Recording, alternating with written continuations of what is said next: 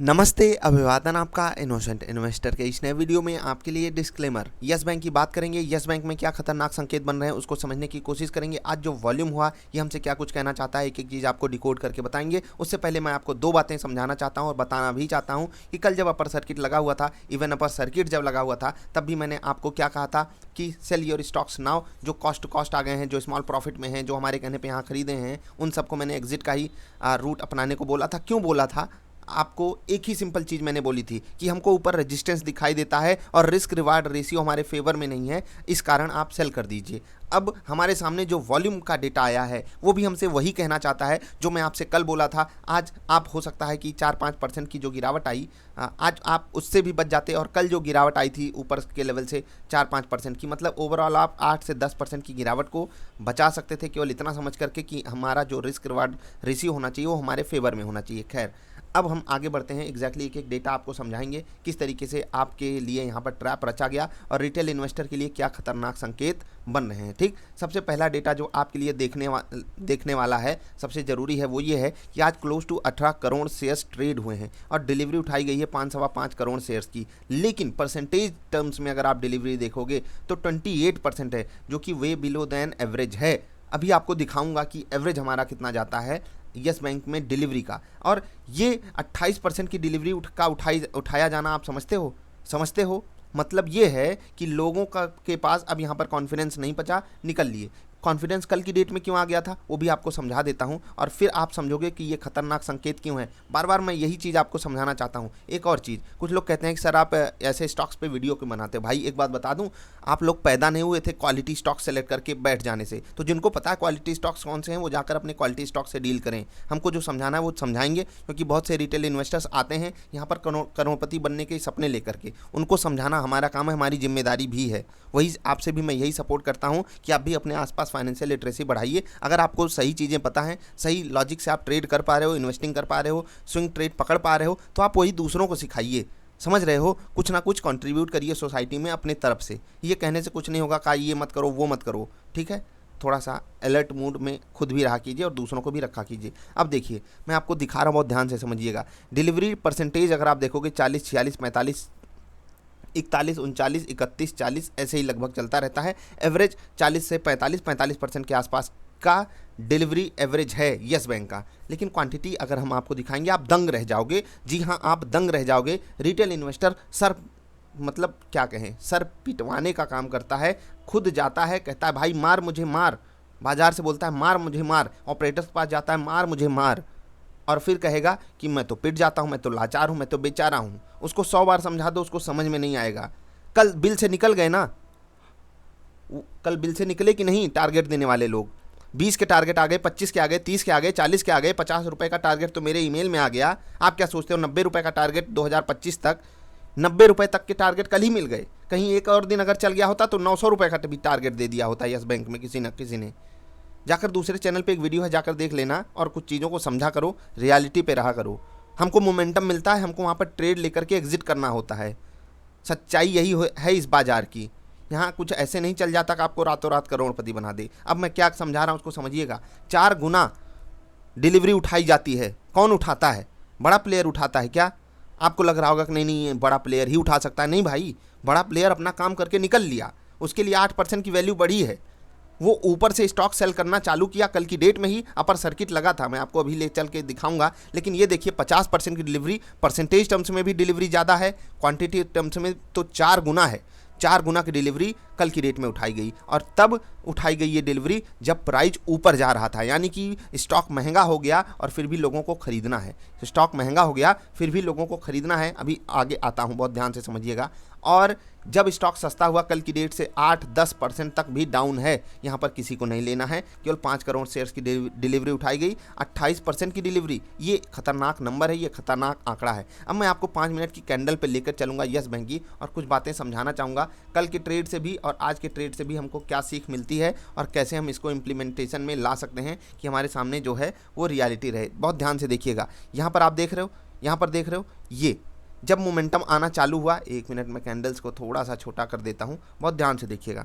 यहाँ पर मोमेंटम आना चालू हुआ। मैं ये नहीं कह रहा हूँ आप पकड़ पाते नहीं पकड़ पाते, मैंने जहाँ का आपको बोला था लेने के लिए वो वीडियो जरूर देखना, तभी आप सच्चाई समझ पाओगे। यहाँ पर 20% का अपर सर्किट लग जाता है, देख रहे हो, नीचे वॉल्यूम बिल्कुल खत्म। ठीक, अब रिटेल इन्वेस्टर कहाँ पर खरीदता है? ऊपर के लेवल पे।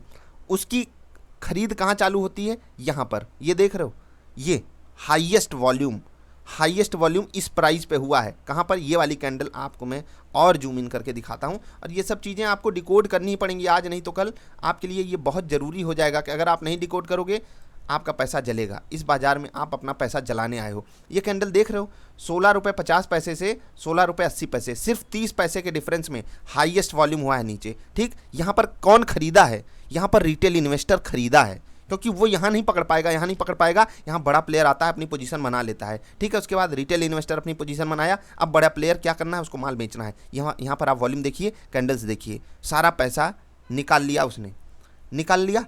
अब हो सकता है कि वो कुछ पैसा उसका रह गया हो, बड़े प्लेयर का, वो धीरे धीरे करके निकाला हो, लेकिन यहाँ पर पैसा निकल गया। 5 मिनट की कैंडल पे वॉल्यूम देख लीजिए, आपको खुद पता चल जाएगा। 5 मिनट की कैंडल पे 20-25 पैसे की मोमेंटम पे पैसा निकल गया। अब रिटेल इन्वेस्टर खरीद के तो ऊपर ले नहीं जा सकता, तो दिन भी नीचे बंदी हुई। उसके बाद आज खुलता है स्टॉक और आज की क्लोजिंग भी 5% 4% के आसपास नीचे क्लोजिंग होती है। आखिरी दौरान दिन के आखिरी घंटे में फिर से बड़ा प्लेयर एग्जिट करके निकलता है। यानी कि यहाँ पर अगर हम केवल वॉल्यूम को देखें तो हमारे पास अभी और गिरावट की पूरी गुंजाइश है। 90% चांसेस है कि यस बैंक यहाँ से अभी और गिरावट दिखाए। केवल वॉल्यूम के एनालिसिस पर मैं ये बात बोल रहा हूँ। अब क्या होगा? अब दो धड़ा है। वो कहेगा कि भाई कल बाजार ऊपर थी इसलिए यस बैंक ऊपर था। भाई बाजार कल 2% ऊपर थी, यस बैंक 20% ऊपर था। आज 1% नीचे है तो यस बैंक 4-5% नीचे है। इस तरीके का आप कुछ हमको कंक्लूजन लाकर नहीं दे सकते हो। मैं आपको जो डेटा समझा रहा हूँ ये एग्जैक्टली इम्प्लीमेंटेड डेटा है, जो हो चुका है। और जो तबाही आपके सामने लिखी गई है वही मैंने आपको दिखाया कि रिटेल इन्वेस्टर कहां पर आकर हाईएस्ट वॉल्यूम करता है। और जब रेड कैंडल बनती है, सोचिए कि अपर सर्किट लगा है, किसको अचानक से बेचना पड़ गया? मैं जो समझा रहा था, आई होप आप समझ गए होंगे, नहीं तो आप कहो कि मुझे ये बात नहीं समझ में आई। मैं यहाँ पर बता रहा हूँ, अपर सर्किट लगा है, कौन आया अचानक से यहाँ पर? क्या अपर सर्किट लगा है? कोई तो आया जिसको अचानक से माल फेंक के भाग जाना है। फेंक के भागते हैं लोग। मैंने आपको क्या कहा था?